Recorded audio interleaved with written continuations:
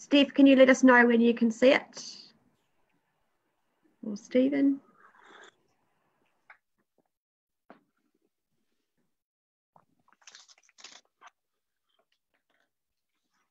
Looks like we can see it live now.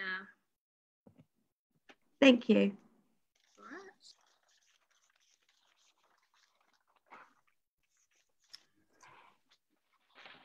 All right. Morning, everybody. Ngā mihi nui kia koutou katoa. Nau mai haere mai ki tēnei hui. Welcome to the meeting, to those joining us on Facebook Live and to those via the Zoom meeting. The first and hopefully the last of these Zoom meetings, and we hopefully will be back in chambers and looking forward to it. So with that done, I'll call for apologies if there are any. It appears from my screen that there are none. So we'll move through to conflicts of interest. Oh, Deborah's missing, is she not? Sorry, haven't gone back on that. We're still missing Deborah, aren't we? Maybe just record an apology for lateness, Mr. Chair. I think, will someone just move in that direction? Councillor Reid, and it can't be Councillor Kyle, it'll have to be someone from the committee, Mayor Broughton, and hopefully she will join as the meeting goes on. So all in favour of that? That is all the committee, yes. Councillor Mugford, Epaha, Reid and Broughton and myself, obviously. All right, conflicts of interest. No conflicts. Matters under investigation remain the same. David, there's obviously the report back from SAC, I think it's June on the agenda. There's no other matters that I'm aware of. So with that, we'll move through to the minutes of the Audit and Risk meeting, the last one in Chambers on March the 4th. If we can move through to that, my agenda, bear with me. Can someone move that as a true and correct? So move. So move Councillor Mugford and seconded Councillor Reid. Any alterations or matters arising from those minutes?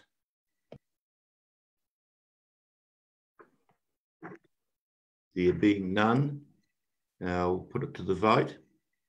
All in favour? That is the full committee that are present. Against? Obviously none. Carried. All right. Audit and Risk Chair's verbal report. I suggest perhaps for those listening that I'd better read what I've written. Today's Audit and Risk Zoom meeting is the first in this format and the first actual meeting for 2 months. Like our communities as individuals, we've been managing a range of challenges, including homeschooling, caring for parents, and planning for COVID-19 response to running our businesses in levels 4 and 3, as well as the challenge of operating as governors of the STC organisation in a format that doesn't allow the level of face-to-face debate that we're used to. Today's agenda and reporting are a mix of historic information with regards to financial monitoring and current or projected issues and information in response to lockdown and its effects at this point in time. That this point in time is a carefully chosen phrase because hindsight will see that perhaps decisions will alter as time goes on. It is perhaps timely for us as a subcommittee to reflect on our role with specific reference to the correspondence contained in today's agenda from Controller and Auditor General John Ryan. We must take heed of his advice to focus on the core business of audit and risk, which is sound financial analysis, monitoring, efficiency and prudence. To some degree, Greater Council has and will continue to oversee some of the committee's role under COVID-19. I ask that members of the Audit and Risk Committee continue to invest their time and efforts into fulfilling the functions of the subcommittee and provide clear and reasoned recommendations to Council. Just an additional to that, obviously, hopefully going forward, we'll have an independent member joining us to add some of that outside influence and an overview that keeps us on the straight and narrow and challenges us. We in Greater Council will be under community pressure to spend every dollar as efficiently as possible and strive to make savings in an environment where a non-rated income is under severe pressure also. We can expect to see dividends, rentals and other non-rates charges suffer as the inevitable recession bites. Consultation feedback on our annual plan, and perhaps more importantly, next year's long-term plan will guide us in this process. However, we need to be prepared to make some tough and possibly unpopular decisions. I'll move that now written report. As I stated when I sent it out, I left it as long as possible before writing this in case we were in the ever-changing environment. So moved. Seconded, Councillor Reid, I believe I saw. Yep. All in favour? Please raise your hands. And there'll be none against. That's unanimous. I see Councillor Hassan has joined us. Good to see you, Deborah. We will now remove you from the apologies list, perhaps just slightly late for the meeting. Thank you. I know that the challenges of your internet connection don't always make it easy, so thank you. Moving forward, David, is the CE and Group Managers report on page 16. If we can scroll through to that.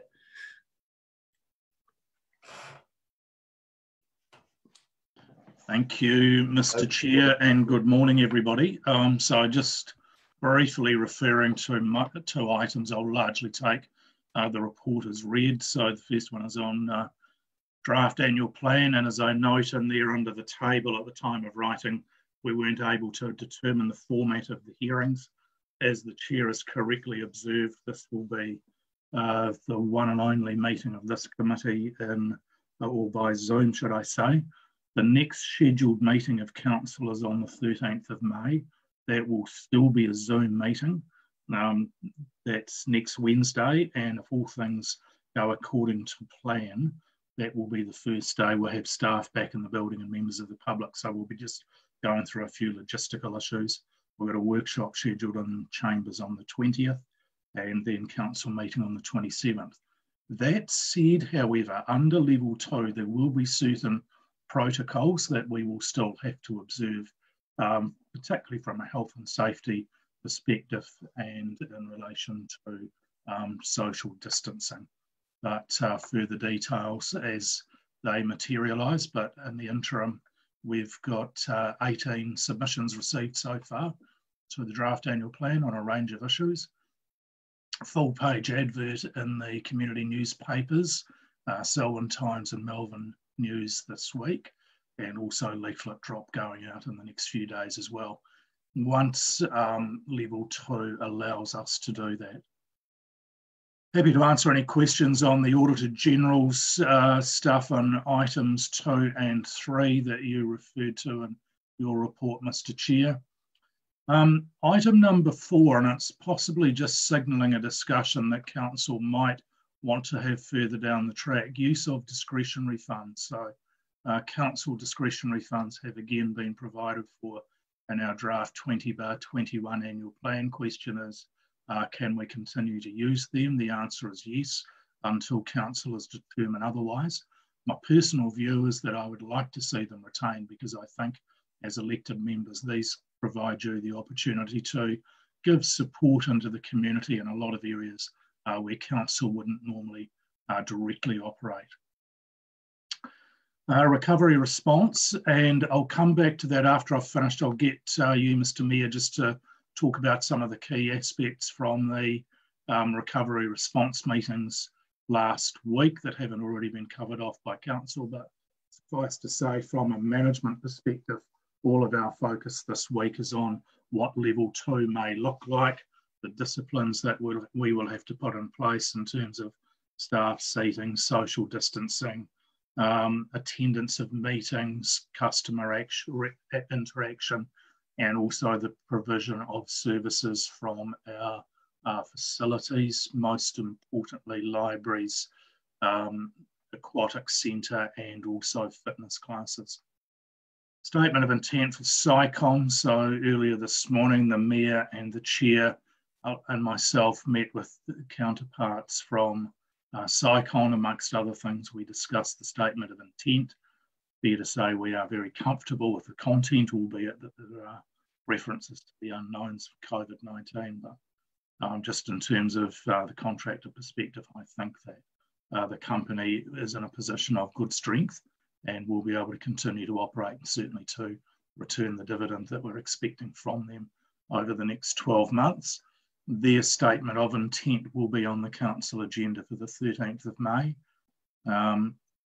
content of CPW Trust is still under review, but again, my target date is 13th of May, and also the City, our Set Law Council, are working to a similar date. The independent member will be advertised on the IID database starting from next Monday.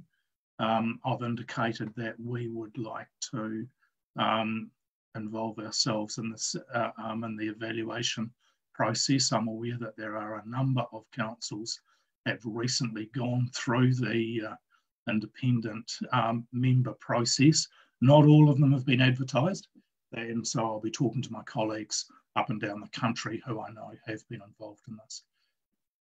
I'm going to leave and treat the Special Reserve Funds report separately. Craig Moody's just going to talk to that in a couple of minutes here, but maybe if we could deal with other parts of my report, and then I'll come back and treat item 8 separately. And Mr. Mayor, did you want to talk about recovery response key outcomes for the benefit of the public who have joined this meeting this morning? Yes, I'll just briefly discuss it now and cover it more fully at the council meeting next. But over the last 5 days, we've held recovery meetings with local leaders, influencers, the education sector, volunteers from each of the forwards across Selwyn, and also a meeting for those that have effect across all of Selwyn to try and understand that a one-size-fits-all approach doesn't fit with Selwyn, and we need to think about a township by township, or at least a ward by ward approach to what recovery might look like, and also recognise that as a council, we are not the ones that are going to be fulfilling everybody's needs, but we do have really good information and knowledge about who can help and who can support and where those networks lie, and we want to be connecting people where we can. The feedback that we've received so far is really that people love being in Selwyn, and that people are pretty optimistic about the future. Although that doesn't negate the fact that there's some people going through some really hard things at the moment, falls off, and things change with government support over the next couple of weeks. A number of the issues that were brought up include connectivity issues that people have, and there are currently 3 towns with broadband and fibre currently being installed: Doyleston, Leeston, Darfield. Some of those are partway through, and some of them are able to be connected now. I think Leeston was halfway through, and some people are being able to connect at the moment. Doyleston and Darfield are resuming, and Chorus is working on that work at the moment. But when we've got lots of people at home and wanting to connect through the work or education, that internet connectivity is super important, and it's not at the level that it needs to be across many parts of Selwyn at the moment. One of the other key pieces of feedback is that change doesn't have to be bad, and that this will provide some opportunities, and we need to be looking at how we set ourselves up to make the most of those opportunities too. I'll be sharing a full report with council. We'll be looking to share this with the community as a stage 1, and asking the community at large to feedback. The question will be, this is what we've heard so far. Are we hearing the right things? Are there some things that have been missing in the conversation, and is there some information that they could add before we think about how we might act and where we might step up our response? Noting that council has already been involved in many response efforts so far. Recovery is beginning now, and as we plan short, medium, long-term recovery, we just want to make sure that we're understanding where Selwyn is at and what we are truly recovering from. Thank you. Mr. Chair, can I suggest if anybody's got questions on items 1 through 7, we take those now, and then I'll talk separately to the Special Reserve report after that, albeit as part of my report. Yeah, thank you, David. Concur with that. It's probably going to be less messy. Just as I see a couple of chat questions come through. As per normal, I know we're operating in an unusual format. Well, it's getting more normal for us now. But as ever with this questions of a nature to staff, to continue to remind members and other councillors to submit those questions. I know Councillor Alexander has done so, and that's a good practice to be in, so that we can have some of those answers prepared and ready for us today. So that said, yes, happy to do that, David. We'll cross to that. I believe you said Craig was going to present that that report at the conclusion of these questions. Am I correct in saying that? Yeah, following my introduction, yes. Yeah, no, thank you. So that said, any questions on those first items up through from 1 to 7? Anyone there? Okay. David, just a couple of things. I guess we're continuing to, although we expect to hold our hearings under a level 2 situation, are we still planning, that announcement hasn't been made from central government that we're moving to level 2. I trust that we also have planning in place if we remain in level 3 or God forbid go back to level 4. So I hope and trust that sort of planning is being done in the background.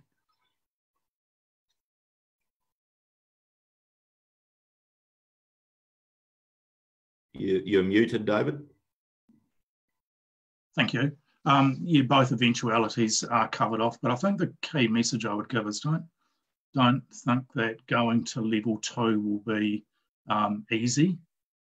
It's imposing a lot of discipline in terms of social distancing, particularly. I think that's a key message, David, and I think it's one that we need to communicate well to our community to understand that level 2 isn't a return to normality, and operationally for council it's a difficult space to be in, albeit less difficult than perhaps in level 3, but still a difficult space. So the more we communicate that, the better. Yeah, thank you. If there are no further questions on those initial reports, we hand across to you again, David, to do item 8, the special reserve. Okay, so what I want to do, and this is more for the benefit of the new councillors that have come onto the committee. So this will be the 4th year that we've prepared and circulated special reserve fund booklets. Council has 68, by my count, special reserve funds.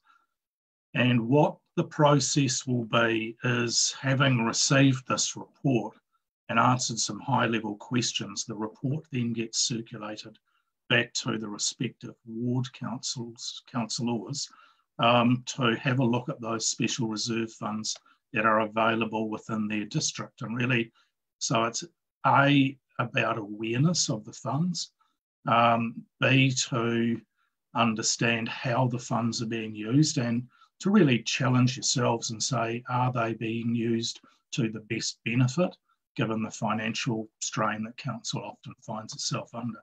So if you just turn to page 28, and this is the Anderson Special Fund, and I'm using this purely by way of illustrating how the booklet is set out. So this template here, so we talk about where the money came from in the first instance, the purpose of it, the delegation to make decisions. In some cases, you will have read through, the delegation is with council, and some it's with ward councillors, and some it's either committees or individuals. And then we just do a bit of a financial thing, which talks about the activity that takes place within the account. And all of the balances are effective at 30th of June 2019. So if you flip to the relevant pages of our annual report for the 2019 year, you'll see, in the case of this one, an identified fund of $6,615. So your question will be, as a ward councillor, do you understand what the fund is for? Are you satisfied it's being used properly? Are you satisfied that your community is aware of the fund? And then raise those questions and report back to council staff, and we'll update the commentaries and any action that we want to take place, Mr. Chair, of course, from a financial perspective, will need to be done prior to the 30th of June. So that's the introduction, and I'm mindful, Craig, that I've probably stolen most of the things that you were going to say, but at this point, Mr. Chair, hand over to Craig Moody. Yes, thank you, David. Yes, so David's given a really good overview of what the special fund booklet is about. So there is quite a few special funds included in this booklet. The key thing I'd like to point out is that some of these funds were due to expire, or basically we'd communicated with the community they had to be used up by the 30th of June this year. Given the current situation, I don't think that's necessarily relevant. We're probably going to extend that out to 30th of June 2021 for some of these funds, but we do encourage some of these funds so still be used as soon as possible. But because of what's going on at the moment, it's been quite difficult for anyone to actually utilise these funds. I've also got Pam Stevens here, who helped drive this project and develop this booklet. So I don't know what sort of way you want to go through the booklet, if you want to go through page by page, or if you just want to point out any questions and we could answer them. Mr. Chair, my suggestion would be, unless there's any specific questions, just to receive the booklet. As I say, immediately following today's meeting, it's going to be circulated, as we have done in past years, to the ward councillors and ask them to do a page turn for the specific funds within their own community, and then respond back to staff, and we'll do a final adoption of the report at our meeting in June. I'm comfortable with that, David. There will be, I'm sure, a number of questions. I see Mayor Broughton's got his hand raised in the participants log. So provided that these are questions that don't cross over to that, I guess there's no point in stifling questions at this stage. So Sam, if you want to speak on the matter, ask a question. Yeah, this is just in support of the direction that has been laid out by Craig. I think that, as we've let all of our committees know, holding funds over for the next 12 months rather than enforcing the spend through this lockdown has been a sensible move, and definitely support that happening with these funds here too. But just generally to say, it's actually exciting to see the number of committees that have spent the funds. I remember when this work stream was first set up a number of years ago, it was really clearly communicated to them that the funds needed to be spent, and it's really good to see the committees that have gone on and done that. So hopefully we can have a few more over the next 12 months, like Craig has said, and close off those that don't need to still be active. And if you've got $1,000 or $2,000, then if that can be transitioned in a way that can still be utilised by the community or spent on something as the funds were given for, that's good progress being made. Thank you, Sam. There's a couple of others with hands raised. I'll go. Normal practice here is to go through the committee first, and if time allows, to go through to other councillors outside of the subcommittee. So I'll start. Bob, you had your hand raised.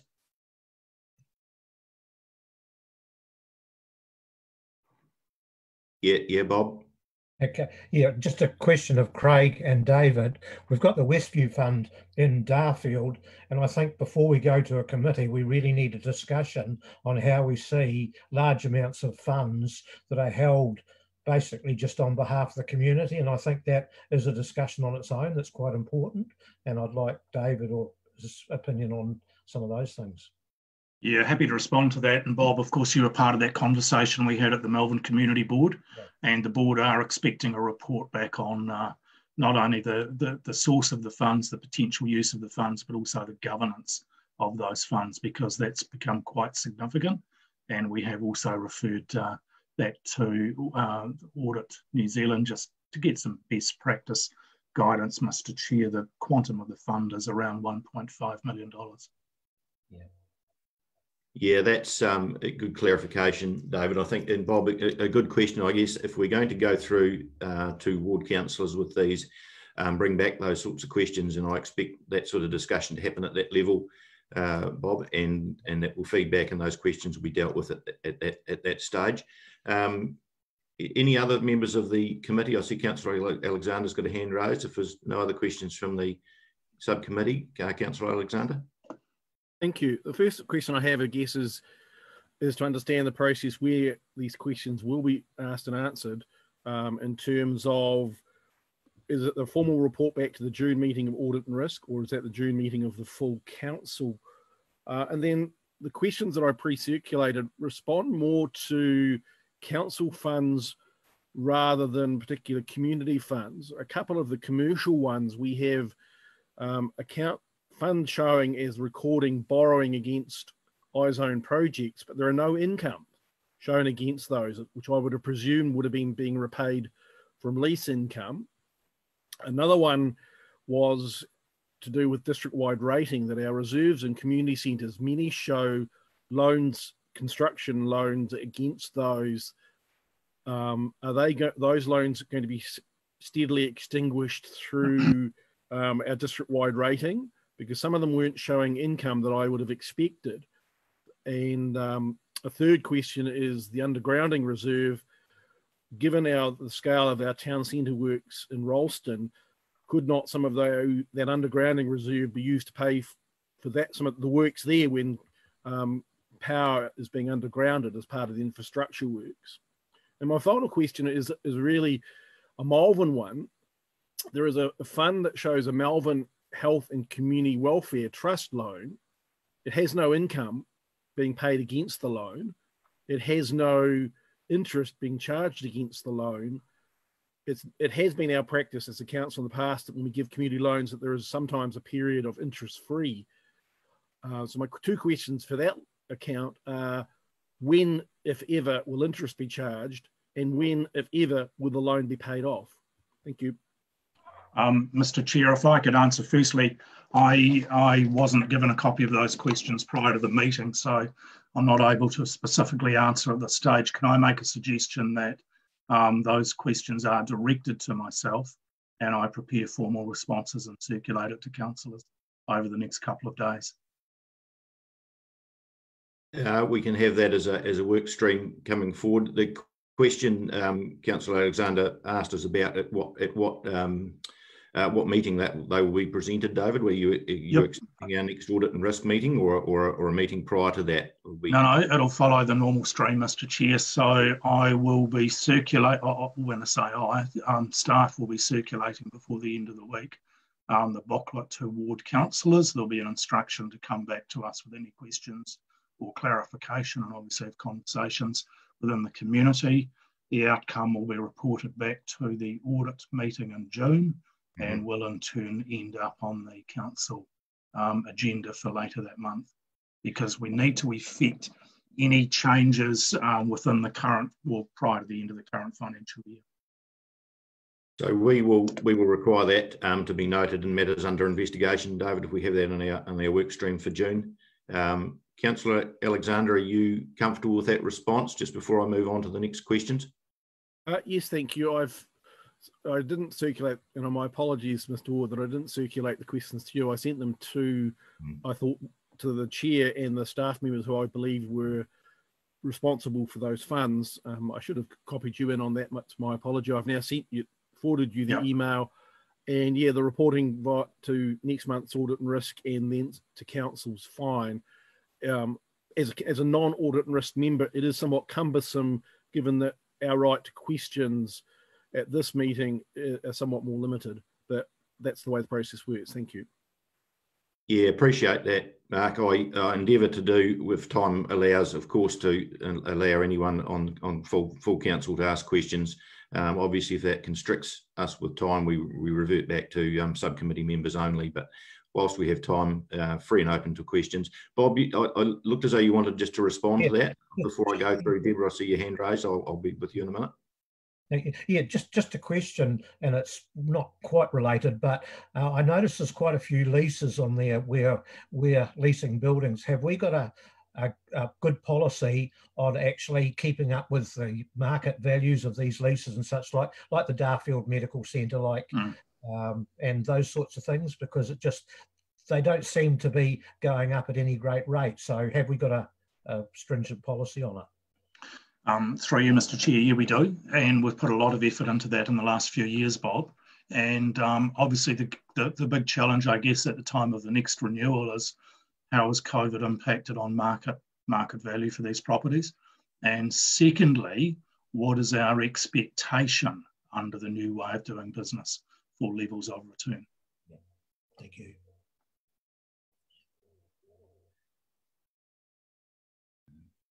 Beg your pardon, didn't unmute. I just noticed there are a couple of chat items there from other councillors about circulating questions through, David, so expect a couple of more questions via that format, and that'll inform part of that reporting back to us. Thank you, Councillor Epaha, for that. Councillor Hassan. Yes.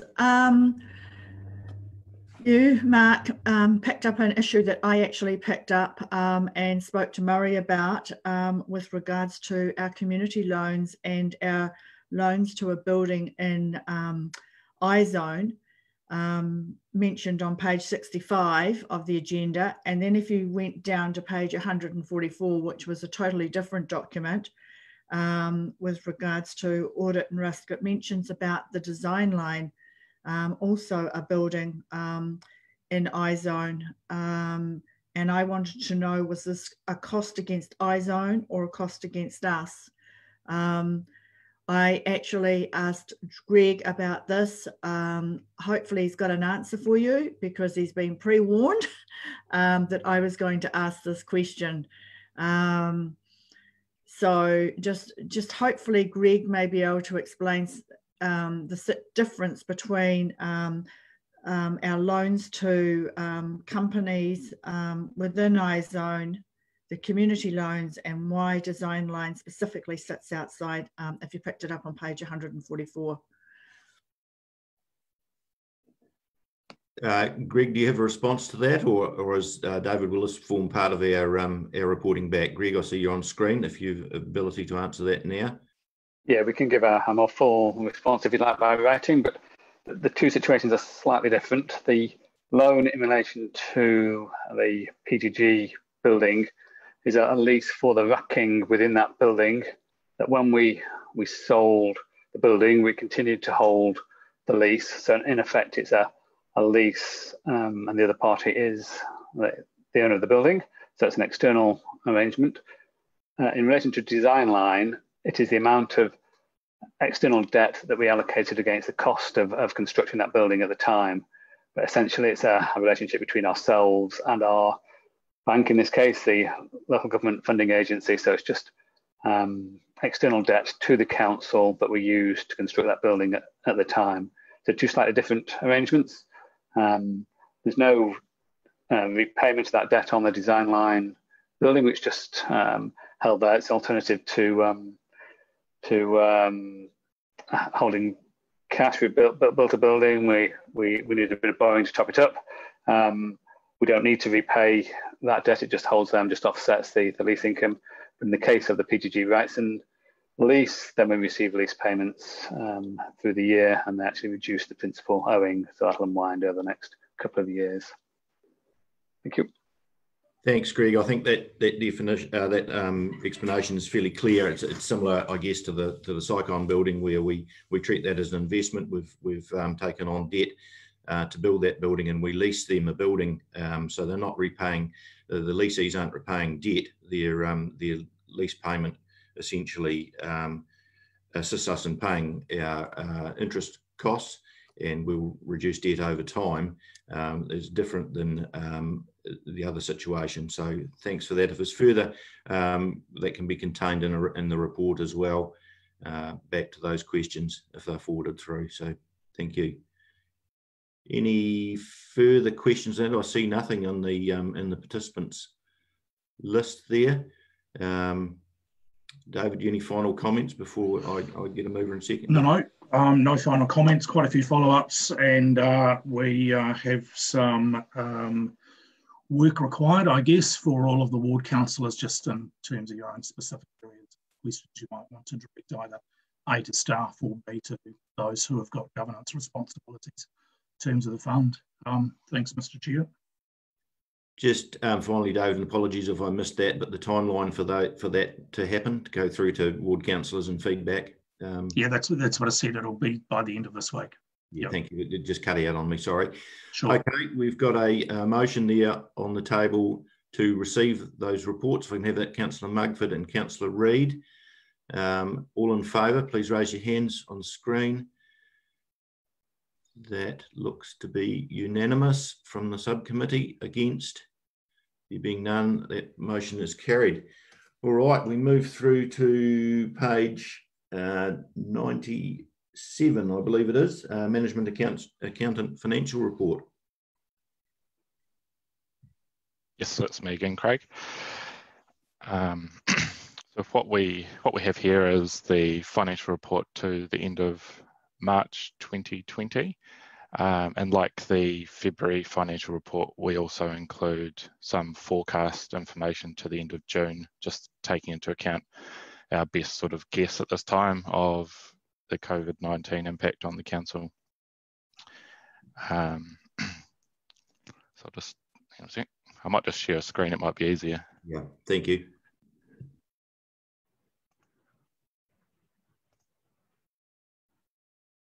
you just check that you can see that. Yes. Okay, so this is page 97. So I'd just like to sort of reiterate Greg's comments last month that the council continues to be in a good financial position, and there's no sort of concerns from a liquidity point of view at this stage for the council. If you just jump to page 98 of the agenda, I'll just explain the key variances. So the first column there is the year-to-date actual, so that's to 31st of March, and similarly the budget numbers here to the 31st of March, and then the variance between those two numbers. And then this sort of outline box here is our best guess sort of forecast to the end of June, and next to that is the full year budget.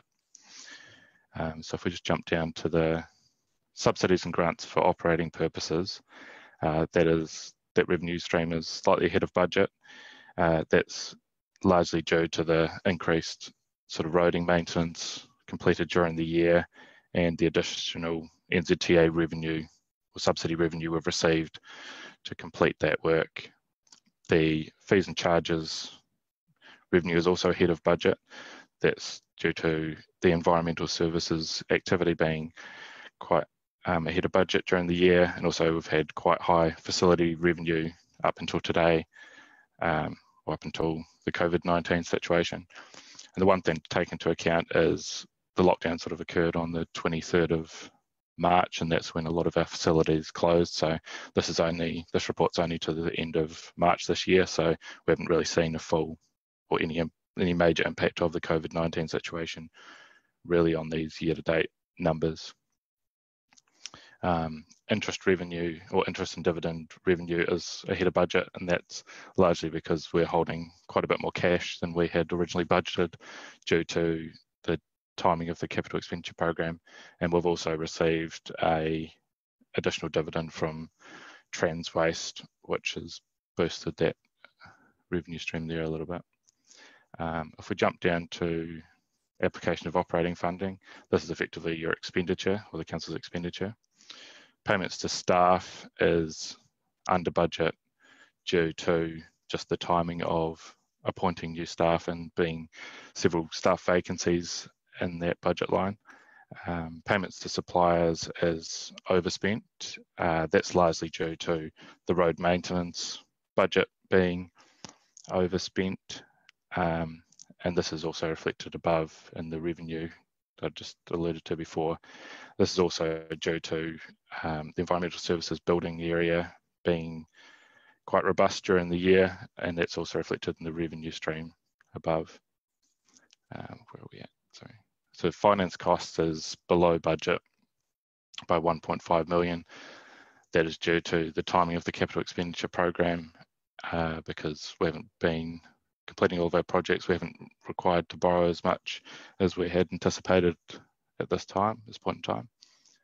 The development contributions revenue is quite significantly ahead of budget still. That's due to the level of building activity in the district, and the level of subdivision activity occurring during the year to date. And it's just like to point out, there's been quite a strong year up until this point in time, and we're predicting to get a little bit more DC revenue before the end of the year, but not a significant amount. So we're at about 21.8 million. We're only expecting to get another sort of 700,000 in DC revenue before the end of the financial year.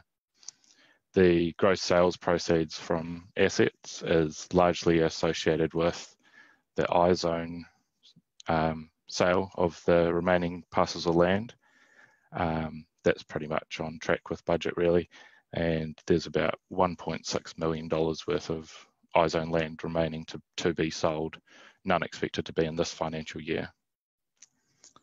So overall, the council is in a relatively good financial position, and just like to ask for any questions, or if you want to work through page by page from this point on. Or yeah, it probably is good. It's going to be a wee bit awkward to do that and keep an eye on everyone who's participants, Craig. I think it might be that we just field questions now, if you can exit the shared screen so I can see participants. Okay. And take that on board if that's all right. So general comment, I guess I would make, Craig, or query is that, and I know Councillor Alexander's fielded some of these questions too, is it looks like on paper our position is very strong, and it is very strong, but what that doesn't equate to is actually cash. It's not a cash position, those surpluses. Maybe just we'll probably reiterate this at the time of annual plan, because I'm sure we'll get submissions around this, that we look to have an enormous amount of money there and the rating impact around that. So perhaps even now in this format, a comment around the fact that a surplus on paper is not actually a surplus of cash in the bank. No, that's correct, because the surpluses are really used on the capital expenditure program in the future. That's what the surpluses are there for. So in terms of like cash balances, just in terms of liquidity, we hold $60 million in term deposits at the end of June, and also 20 million in our current account. So we've got a fair bit of actual cash on board, but that cash is sort of set aside for future capital expenditure and funding the capital expenditure program going forward. And it's not there to reduce rates. Yeah, the key issue there is it's not for general rate funding and reduction necessarily. So any questions from the committee? I've only got one raised hand at present. So if there's nothing there, I'll throw to Councillor Alexander. Thank you, Mr. Chairman. Page 103, Recreation Reserves Funding Impact Statement. The COVID-19 notes that there's an expectation that maintenance costs will be reduced.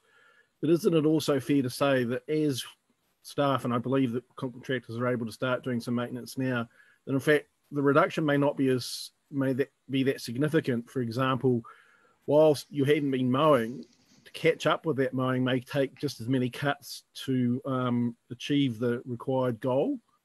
So we may have had a little bit of savings for this 5 or 6 weeks that contractors have been off the work, but there'll be a consequent uptick of catch-up maintenance to get back to where we should have been had they been working. It's just not to raise the expectations that there's going to be lots of savings suddenly from not doing the work, because ultimately the amount of maintenance you have to do is pretty much the same whether you were doing it over 2 months or just over 1 month. That would certainly equate to real life, Mark. If you don't paint your house in due course and leave it and defer it, the outcome's not good. I'm not sure if anyone from staff wants to comment on that. I can see Douglas Marshall there waving his hand furiously, so welcome, Douglas. Good morning, Mr. Chairman. Councillor Alexander's comment is right. One key thing to remember, that the vast majority of mowing is done under the Parks and Reserves contract, and that has a lump sum component month in, month out, irrelevant of how much mowing it is. What the accountants have correctly identified is where recreational reserves, where mowing by, say, contractors or staff, where we can get a bit of saving there. So there is a saving. The issue more about is getting back into mowing now is not about lots of mows to get rid of volumes. You want to just knock a wee bit off the top and do it regularly. And also grass growth is not that significant in this period of time. So there is a saving, it's just not large.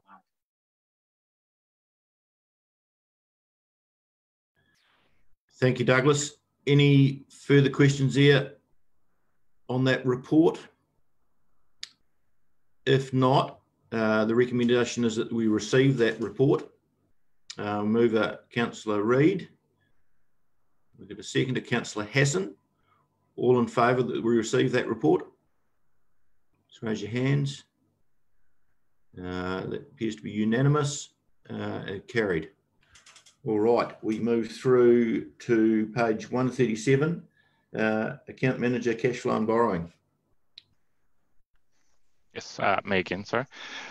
So this report is the cash flow and borrowing report up to the 31st of March 2020. Ordinarily, this report is assessed as having low significance, and it continues to have a low significance. And ordinarily, it's received just for information, but I just want to point out, just given the current situation, it's quite an important report for the council to be aware of. just given what's the current situation. So I might just share my screen, make it easy again, just go through. Have a thumbs up and seeing that, everyone? Yep, cool. So I'll just go to this first page and sorry, page 138. So this is the cash flow forecast to the end of June this year. We had anticipated that we were going to be borrowing an additional 10 to 15 million before the end of the financial year.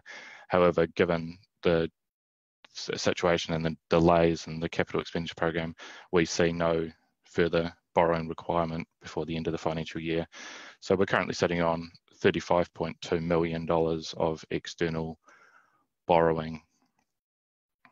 And you'll see that majority of our borrowing comes from the local government funding agency, where we receive some pretty attractive rates, and they've been going down recently, just given what's going on in the world, and we continue to see rates sort of around the 1.5% mark for borrowing.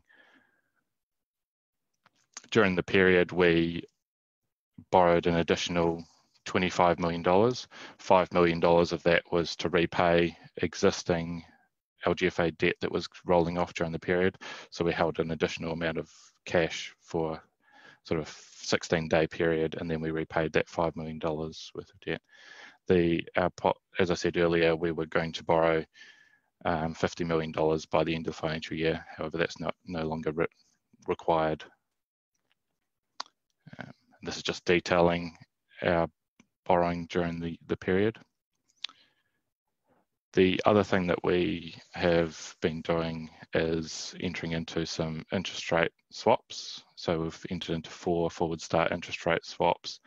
And the purpose of these interest rate swaps is just to fix a portion of our floating rate debt.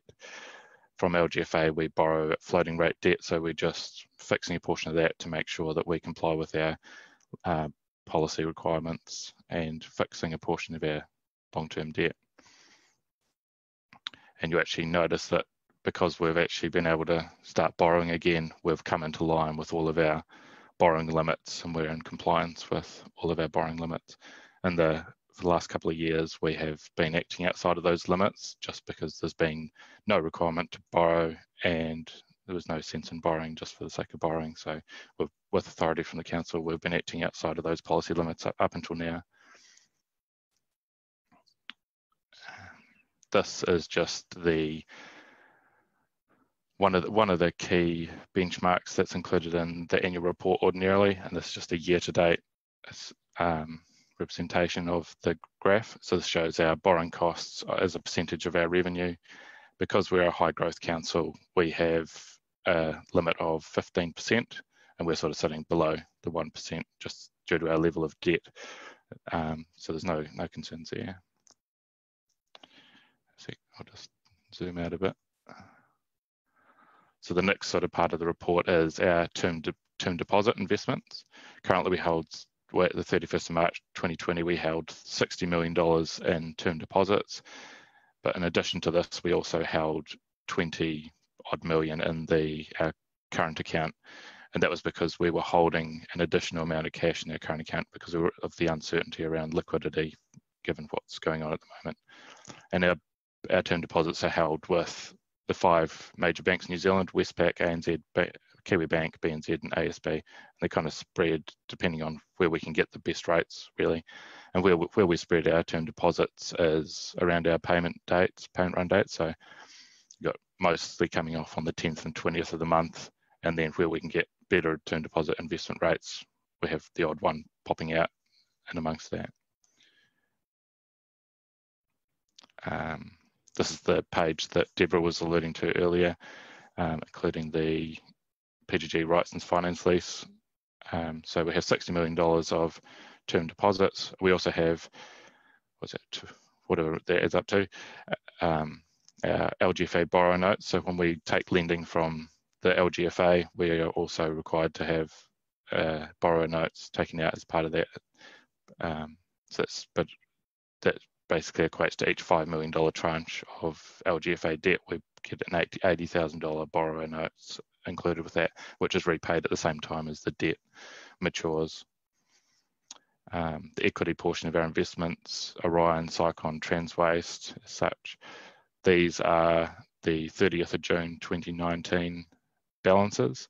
Orion and Cycon will be revalued this year at 30th of June 2020, so these values may change. And the PGG rights and finance leases, Greg Bell said earlier on, will reduce over time as that's repaid on the 30th September 2022. And that's quite an attractive rate of return, 8% given what's going on. So we'd like to continue that for the time being. If we jump down to the debtors part of the report, we see this is split into our sundry debtors, environmental services debtors, and water billing debtors, and then broken down into current 31 plus days, 90 and 91 plus. We currently have about 1.1 million sitting at 91 plus days. And we undertook a review of these balances just to make sure that there was no sort of concern at this stage, and we didn't see any concern of any major debt defaults or anything at this stage in terms of what was held at the end of March. Just want to take any questions on the rest of the report, or is that the way to go?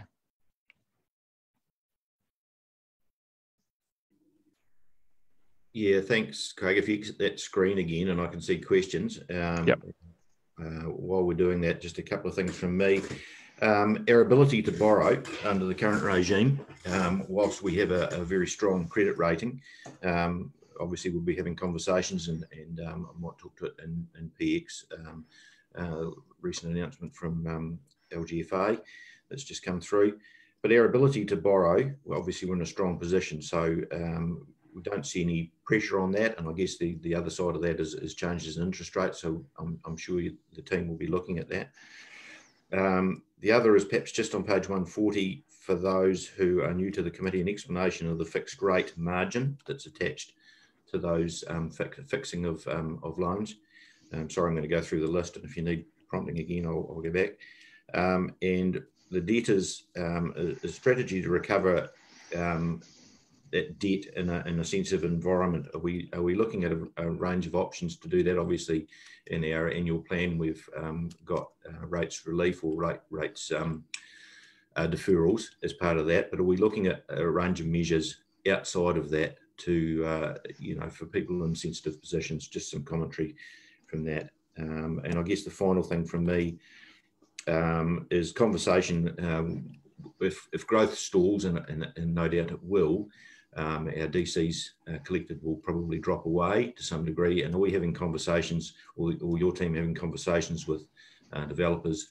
I guess it might be prudent to do that sooner rather than later and get a view as to where they see the market sitting in their our growth strategy going forward. So perhaps some work streams there.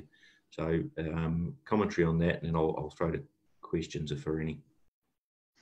Yeah, I might give some commentary on some of that, and then I might ask Greg Bell to chip in at some point around DCs and the rates side of collection side of things.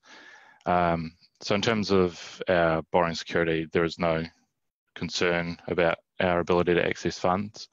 The LGFA have recently gained security from the Reserve Bank that they will buy up to $30 billion worth of bonds from the Reserve, from the LGFA.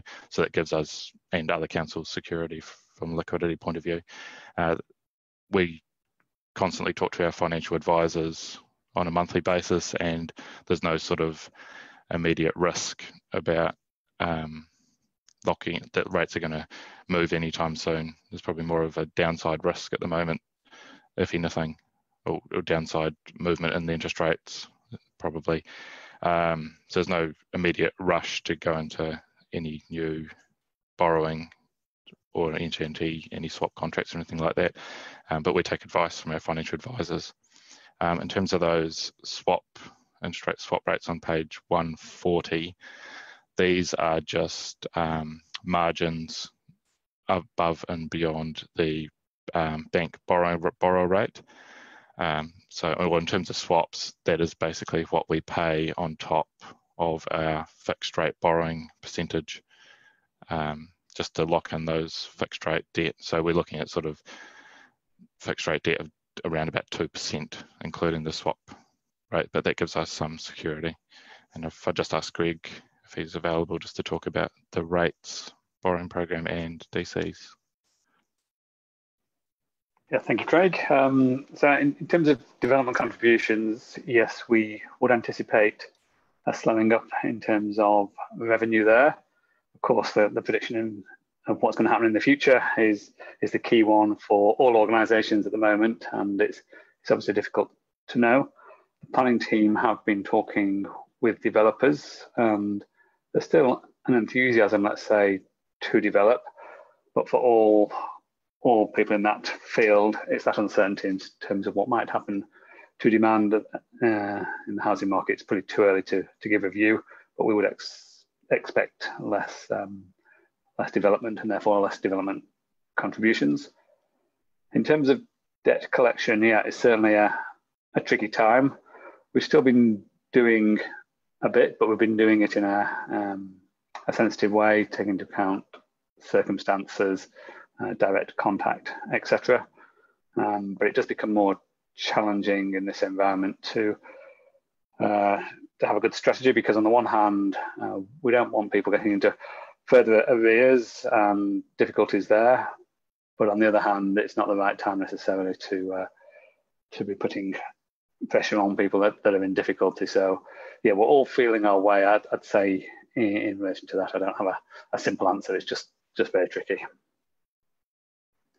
Yeah, thank you, Greg and Craig. Appreciate that. And I guess as much as anything, it's to make us all aware that the position that we are in, and where we need to obviously keep finances coming in, but also to be cognizant of the position that some people are in, and the added stress that will take. I have a couple of questions on the chat there, if there's both from non-members of the subcommittee, so I might move to those.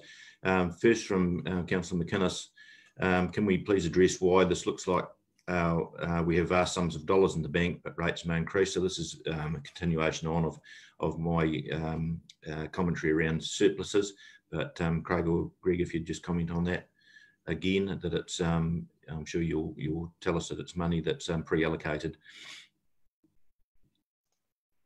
Yes, so the cash that we hold is pre-allocated. It's not there available to reduce rates. It's basically there for future capital expenditure, and a lot of our cash that we hold is actually development contributions that we've collected ahead of time, and to fund projects that are just about to occur. Thank you. The other one I have is from Councillor Alexander, and it's a question around suspension and cancelling of projects. Mark, if you're happy to hold that through until we discuss our major projects, I think it's probably relevant in that discussion, if you're comfortable with that. Yeah, sorry, that was the report that I was intending that question to be asked against. It was just giving Douglas a heads up, time to consider an answer. Yep, thank you, Mark. Appreciate that. Just looking through the list of our subcommittee members, I don't see any raised hands in the participants. If there's anyone now who has one, can I just raise their hand on the screen? If there is, doesn't appear to be. That said, if we can have a mover and a seconder for the receiving of that report for the month, Councillor Mugford, was moved, and seconded Councillor Hassan. All in favour? Raise a hand. Yes, it's unanimous, so carried. So we'll move through to the report on major projects, which is page 149, I believe. If we can all just get onto that. Thanks, Murray. I'll try and share my screen. It'll be a lot easier to see. Yeah, thank you, Craig. Will be.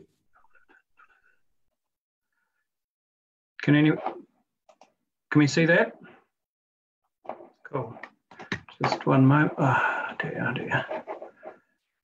Hang on just a minute. I've got a computer going down. Would you like me to answer Councillor Alexander's question, Mr. Chairman? Yeah, that would be pragmatic while we're waiting, Douglas. Thank you. Cool. It's actually a good question to ask. So a couple of points. we're obviously have contracts we're underway with. So yeah, we're contracted to do certain works, but like any contract, there's always a buyout price. So what one option could be to sit down with builds contractors and work out what buyout prices are. They would obviously be less than what the total price is, but you've got to fund them for the type of items they've already purchased for, and basically look at the contract because they're expecting certain profits ultimately. That's one option. Douglas, you might pay to repeat the question I asked, because the people listening in on the meeting won't know the question that I was asking. Yeah, Mark, that's a good suggestion. Do you want to phrase that phrase that, Mark? I'll let you speak. Yeah, the question I put to Douglas as our property manager is, what would the financial cost to council be of suspending or cancelling one or more of our construction projects? As ratepayers have been suggesting, this might be a way of reducing our rates in the 2021 financial year. Yep, so apologies for that. So just repeating a little bit of it. So basically, you can obviously work your way out of contracts, but there will be a price to pay for working out of those contracts. The saving you would describe as, say, a reduction in the library rate or the community centre rate in terms of, or the aquatic rate would obviously be able to be calculated. The thing we have to be cognizant of, though, is that as you then bring those contracts back into play and commence the build, there will obviously be additional costs to incur.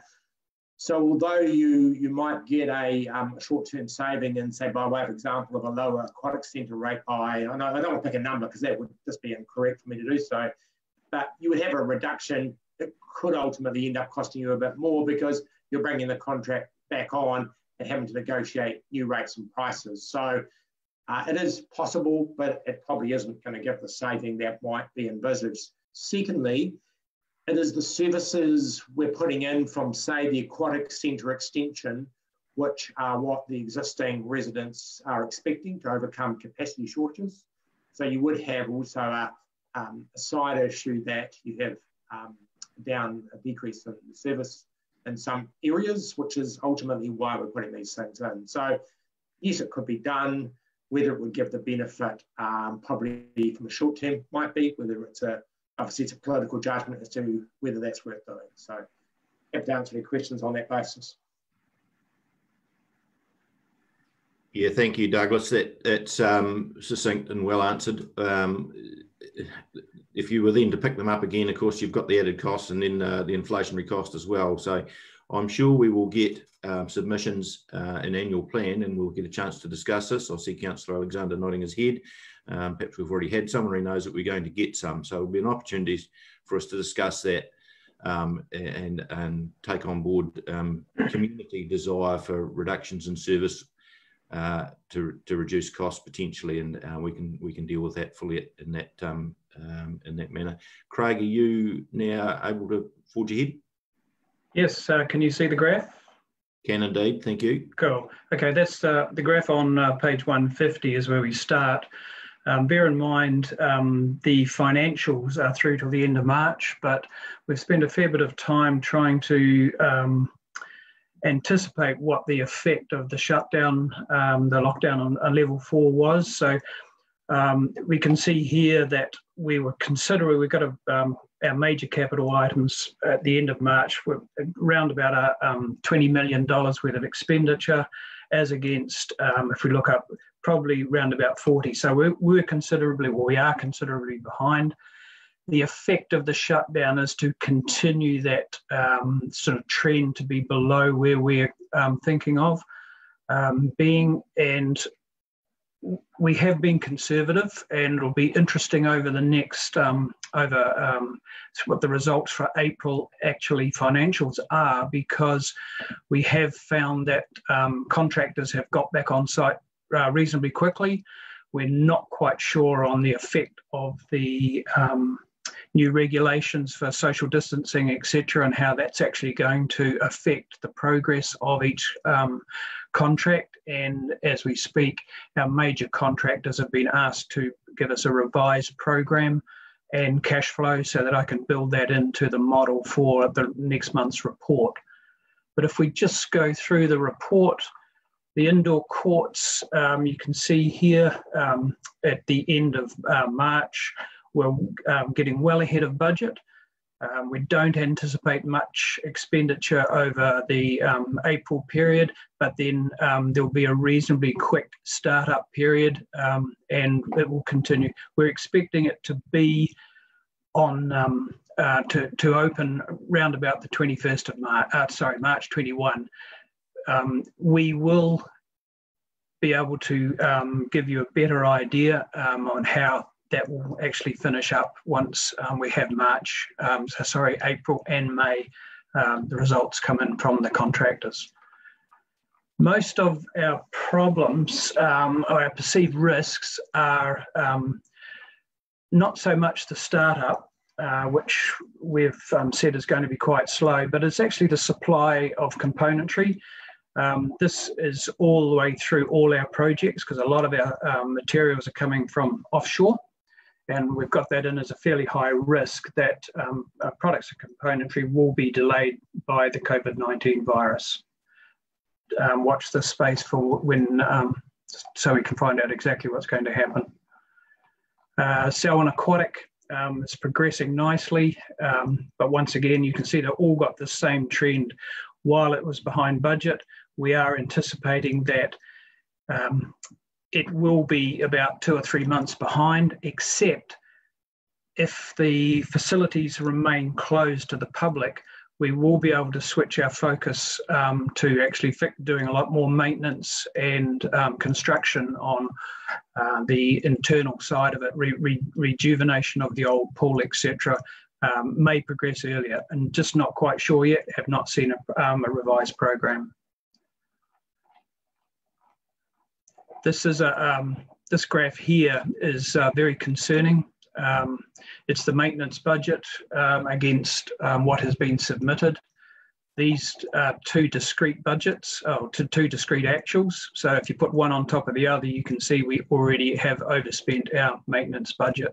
And this is all unexpected, what we're finding due to corrosion once we've pulled the pool apart.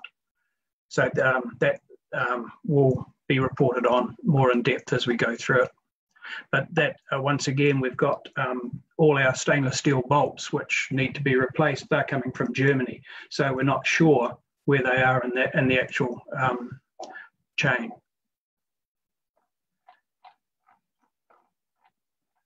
Town centre, TRRT, yep, same thing. It's behind budget, but we're anticipating it will have an upswing going through this next financial year and finish probably 2 or 3 months behind where we expect. That's conservative because I don't have a full picture on the effect of the level 4 shutdown. You can see here our contingent we've got so far when we're in the construction side, we have very, very little variations, which is good. The fees that were being charged by Warren and Marnie, they're well within budget as well. So this project is, apart from the time delays, is going well.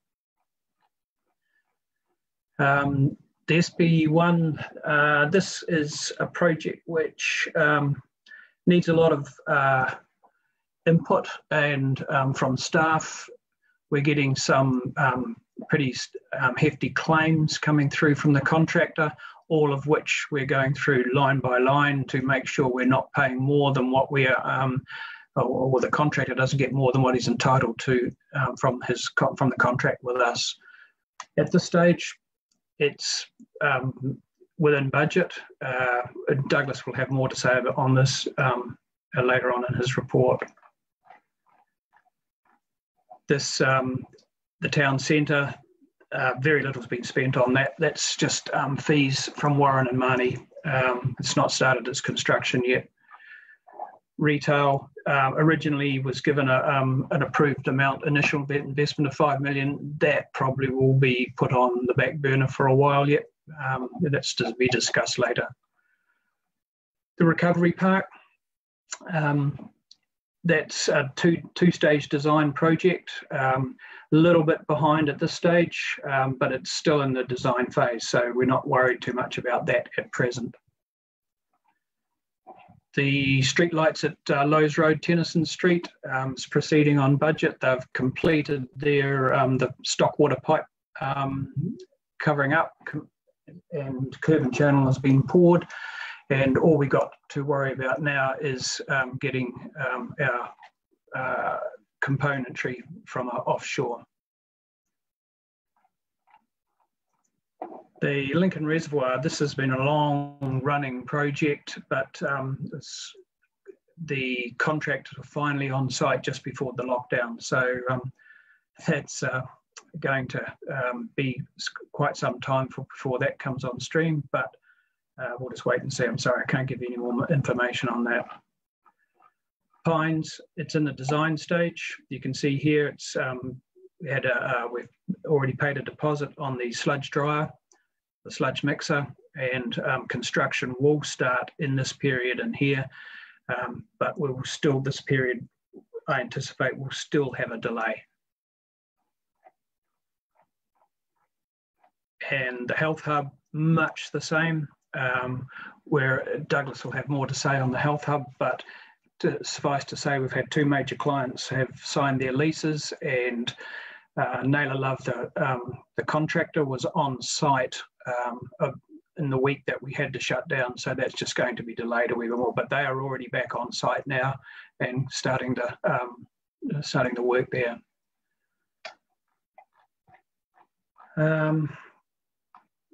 Leases, no, there's not much to discuss on that, and that's my report. If anyone wants to raise questions, I'll stop sharing. Okay. Yeah, thank you, Craig. There's a number of things there. I might kick off just with a couple myself. Material supply is one of the major risks, obviously. I assume that there's work being done by those contractors to verify supply in the background. So I'm assuming they'll be in contact with their suppliers, and that we're aware of that process, and we'll keep aware of that process so we can have updates in the future. I don't expect you to know those answers now necessarily. If you do, I'm happy to take a comment. We've got the Councillor Alexander's going to ask this question, so I'll park this one. The process of cost overruns we might discuss later in Douglas's report. I was going to ask that there. The major one, I guess, from my perspective, is under the COVID-19 is health and safety breaches under COVID. And I'm not sure who, perhaps David, you might have a comment on this. What risk is council at if there's a COVID-19 health and safety breach? Do we, as those taking out the contract, do we have an obligation under the Health and Safety Act there? It may be a question that we have to get answered back to us, but just interested to know whether we have any obligations there. We're not the PCBU, but we may have some obligations if there's a comment.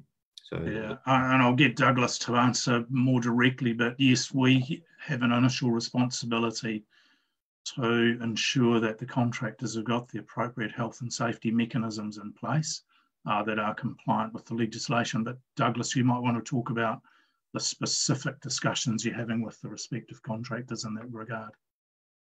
Thanks, David. So every contractor on any site, and that includes the infrastructure group as well as the property group, have been asked for COVID-19 back to work plans. So that means their health and safety plan either needs to be resubmitted with COVID-19 things. So things like traceability registers, how they keep their staff clean, separated, how they travel to site, those sort of things. Every contractor, and that's physical contractors, professional contractors, has been told you don't have a back to work plan, you don't come on site. So there are a couple who are just being told, well, you're not coming back. So when we accept those plans, we don't approve them. So you're quite right, as chairman, this contractor, it's their work site, but we're obviously stepping in and taking an interest, as we should, with health and safety planning anyway. That's the first point. Supply chain, Mr. Robinson's correctly identified contractors' issues there. Well, one of the issues we can work through with contractors is if we can actually, and we haven't seen examples yet, but if we need to purchase product ahead of time to get it done, we'll certainly do that. And if we've got to, take some work or variation to do that in terms of cost, then we should certainly consider those. At this time, we aren't seeing any major issues, but they must come. Mr. Robinson referred to the corrosion issue, which we reported to Council in February with Selwyn Aquatic Centre. So we've placed the order for Germany bolts, but as we know, Europe's got challenges, but the order's in. We'll hope that comes through without too many concerns. And the other piece, which just brings your attention, Mr. Robinson also noted maintenance. So we have taken the opportunity to get into some early maintenance works at the Selwyn Aquatic Centre with 3 of the pools. So that was work we did have planned for more like January, February. The logic being is that we've been able to get into that work last week while we are in a forced closure. So of a 4-week closure period, we think we'll clearly get 2 weeks, if not 2.5 weeks through forced closure. And at this stage, we're not entirely sure how much the aquatic centre will come up in terms of operation under level 2. Whereas if we had done the work planned for January, when we were a bit lighter in terms of use of the pool, that was easily going to be pushed out to February, March. We would have definitely had a 4 weeks down. So we have taken that opportunity to do that work now. The reason it takes so long, we have to pull tiles up and redo grouting and sealants. You have to let that dry correctly and appropriately to get the benefit of the work. So it's not where you can just bring up one day and knock it down and open the next day. You've actually got to let everything cure correctly. So yeah, those points on SAC. We'll obviously be reporting as we go through now as these variations from COVID crystallise for us as to where we sit on each contract. And we've got some comments obviously shortly in the agenda about variation processes in general. Thank you, Douglas. That's a good clarification. I've got, in participants, I've got 3 questions there. I'll start with Mayor Broughton.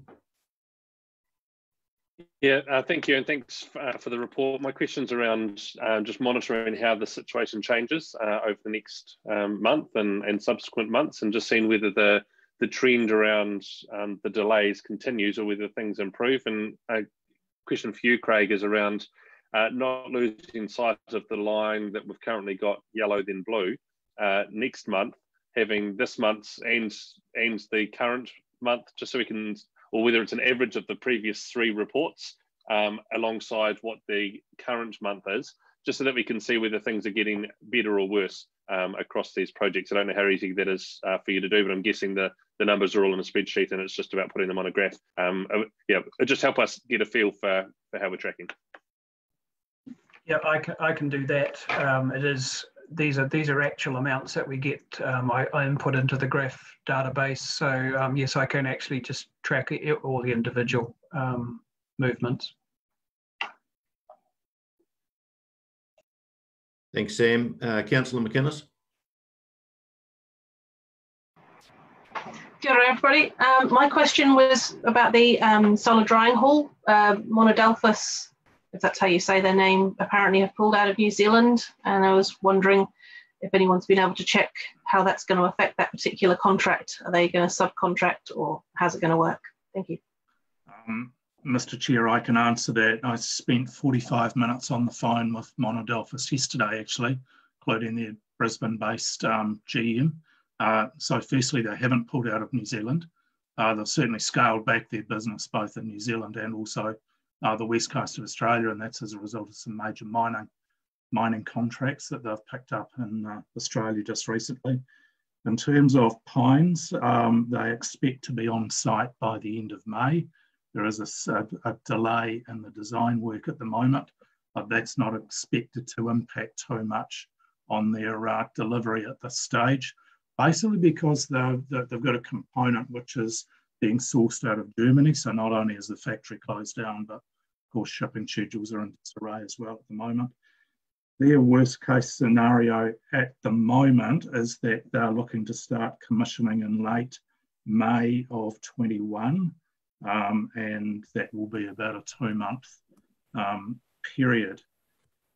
What else can I tell you about that? No, they're pretty comfortable with where they are at the moment, and also our on-site manager is comfortable with the relationship between us and that company as well. Thank you very much. That's awesome. Cheers. Thanks, David. Councillor Alexander. Thank you. My question was from page 153, where there's a discussion around the shutdown for the installation of a heat pump replacement. The question really is, can this be done in level 3 or level 2 before the aquatic centre reopens? As you were saying, you're doing other maintenance is being done in the shutdown period. It would be ideal to have this large piece of equipment installed, the water's got back to operating temperatures before we open to the public, so we don't have to open and then shut down again.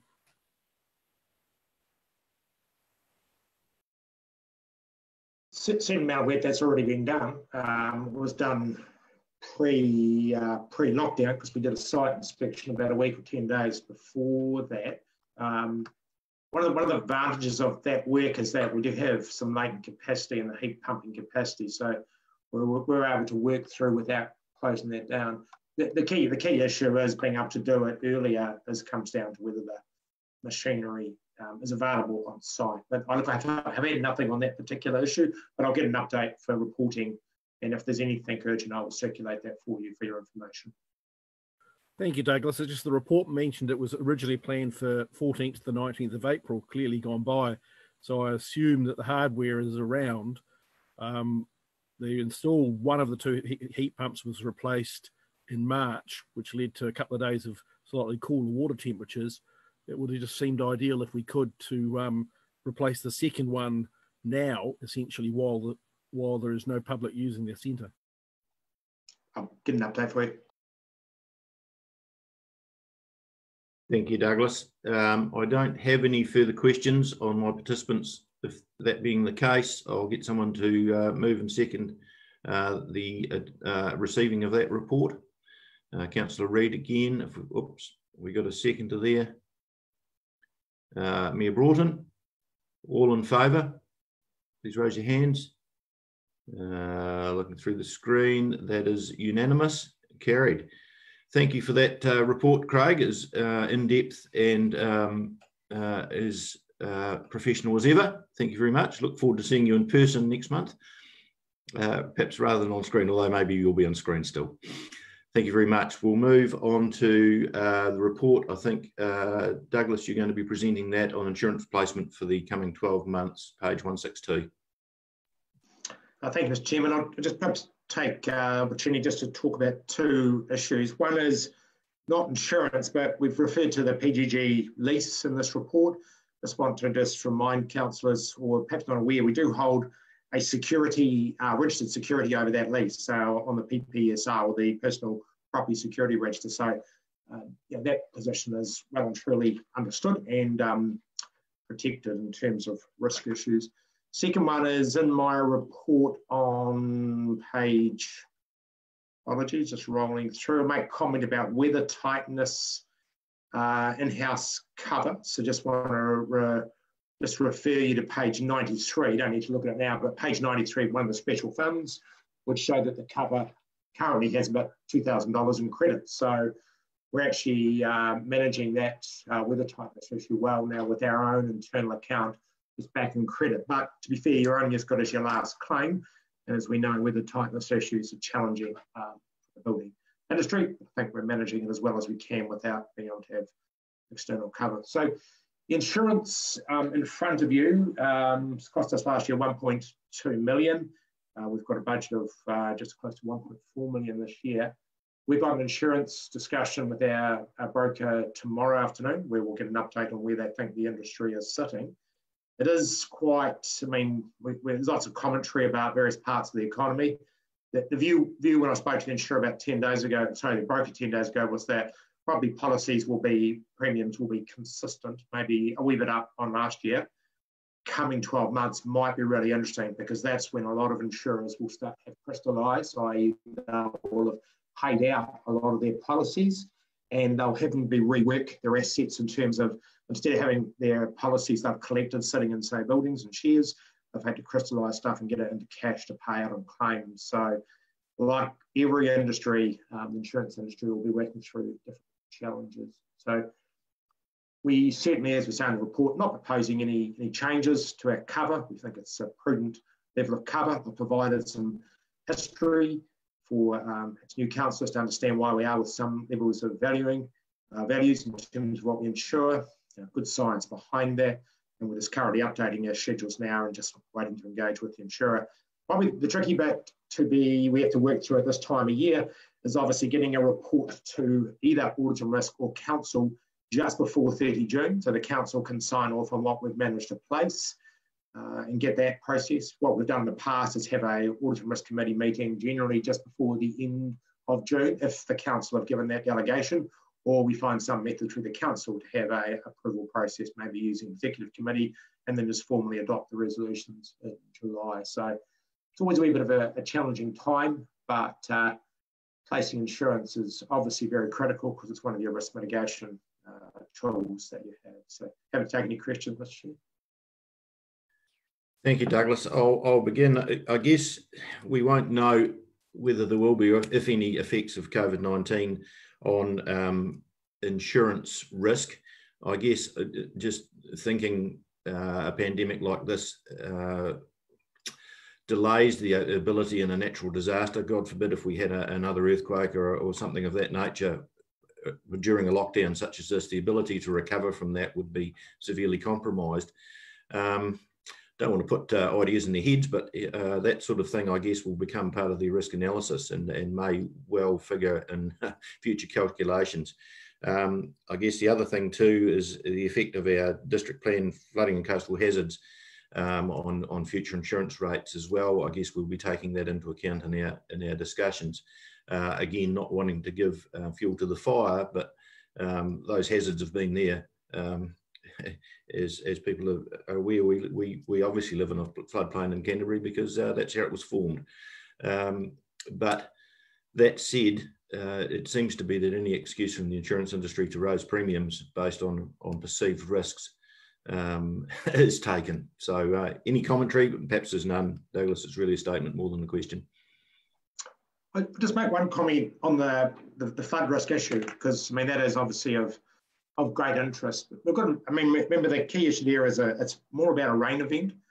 And those who remember the 2015, 2013 was probably seen by locals as a 1 in 70 year event. And that was really about 210 mil of rain from memory falling over about a 72-hour period. So just lots and lots of rain falling, and eventually the ground just doesn't take it and it just flows over the top. So I think, you know, really there was very little issue with buildings being affected by the flood.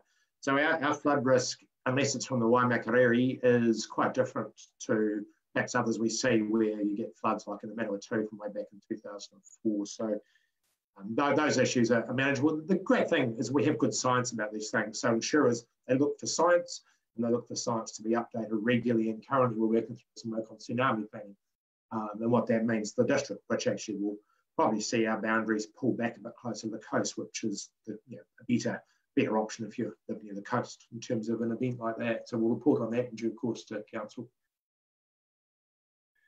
Thank you, Douglas. As I said, probably more amusing than an actual question. I've got 3 members of the committee. I think Councillor Hassan was first.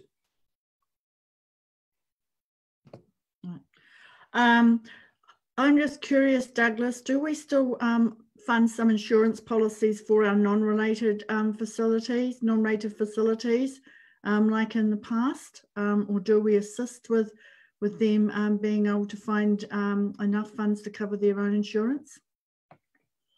Yes, we've actually got an interesting little position at the moment in that the most recent policy review actually removed policy I-101, which is about insuring pools that aren't in the council ownership, but we have insured them for probably a good 25 to 30 years. Now, it may have actually meant to remove it. We're just sort of one of those issues that we just need to check on. Now, all those pools are currently insured, so there is no risk there.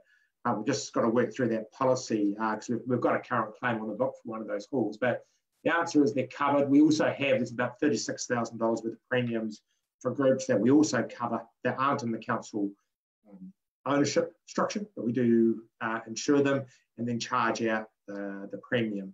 The thing that we challenge in our policy is that we have quite a high excess of $5,000 on our material damage claims, but the flip side is we have good seismic cover.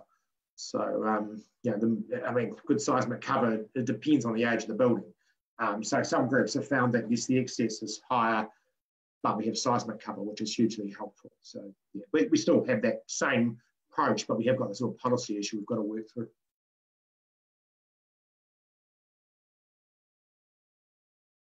Thank you, Douglas. I think next was Mayor Broughton. Yeah, thanks for the report. Just wondering about revaluation of underground assets, particularly our water and wastewater assets, and how that figures in our insurance premiums. And second piece is thinking about timeliness of making our final decisions. We've got a council meeting on the 24th of June. What is unable to be done between now and the 24th of June that would need to be done in the 6 days after that, that might require a special meeting? Because if we can do it with existing structures, that would be preferable.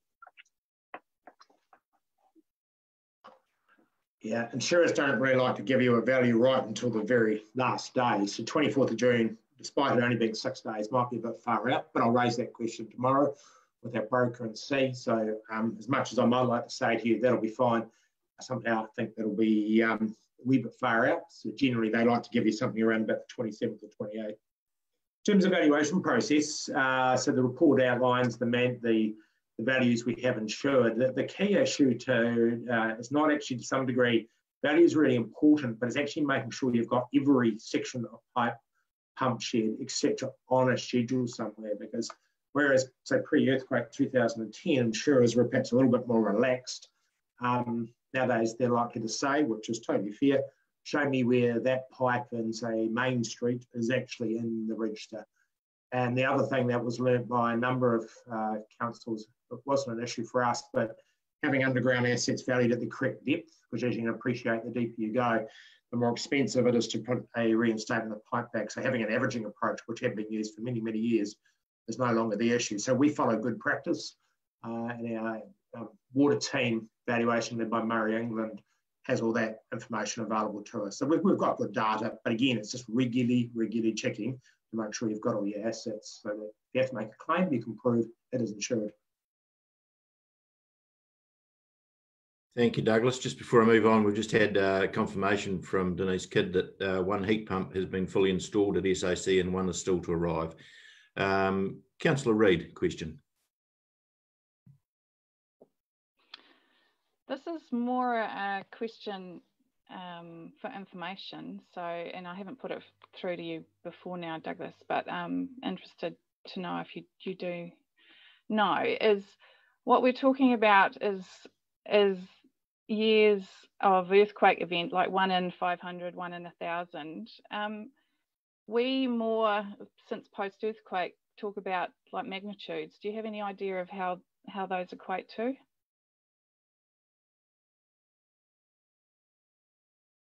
Yeah, I may not be able to answer your question perhaps accurately, but generally the Alpine fault is seen as like a 1 in 300 year event. So, first question is, well, how does that relate to a 1 in 500, 1 in 1,000? Well, the higher the number, so 1 in 1,000 is a more severe earthquake. They obviously model earthquake seismic activity across New Zealand in terms of getting these calculations.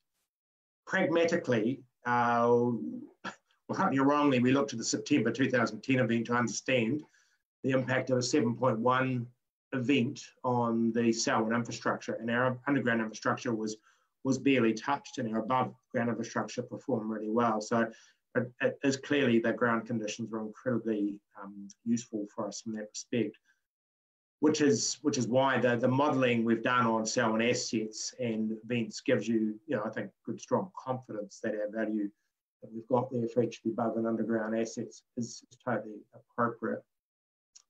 Obviously the tricky thing is if you had 2 major events occur at once during one insurance period, then you need to be regularly checking to make sure your cover still stands. So you've clarified that what we're looking at insuring and is insurance for is well above what we've already experienced as far as earthquakes go. Yeah, absolutely. And we're just looking at a couple of what you call the DEE process on a couple of buildings currently, and you can't necessarily say, oh well, the September 2010 event must mean this will happen, but it does give you some sort of link to previous events. I think the key thing to note with the Alpine event, it will run arguably for about 4 minutes, in worst case, as it goes from Milford Sound right through up into that Nelson area. So as it rolls through the Selwyn or vicinity, yes, it will shake a bit more. It's that length of shaking, but there's been documents saying that the magnitude of shaking out through the Canterbury Plains will be perhaps in that 5.5 to 6 magnitude, which isn't the sort of the 8 magnitude that would be the Alpine fault, but it's that length of shaking that is more likely to be troublesome as opposed to the violent shake, and particularly the February 2011 shake. So yeah, the key thing is we have good science behind our allowance. It's not being made by, say, people like myself, or no respect to yourselves. It's made by people who do this for their job. So. Thank you, Douglas. Quite right, driven by scientists, not by opinion. There being no further questions that I'm aware of, I'll ask for a mover in a second that we receive that report, and we look forward to getting the insurance placement details as soon as you open. Councillor Reid, you've got a follow-up question, have you? You're on mute, Nicole. Nicole was moving it. I'll second it. Yeah, it was just seconding or moving it. And That's right. Thank you. You're on mute, so I couldn't get that definition. So it moved, Councillor Reid, and it was seconded, Mayor Broughton. Am I correct? Yeah, thank you. All in favour? That appears to be unanimous. So carried. That brings us to the end of the public portion of this meeting. So I think those were, thank you. If we move out of public, and seconded Bob, thank you. All in favour? And we will resume on that. That's actually a motion to move into PX. We will resume. Let me have a look at the time. What is the time? 11:07. Is everyone comfortable at say 20 past? We resume, gives us a chance to have a cup of tea, and we'll resume the meeting. And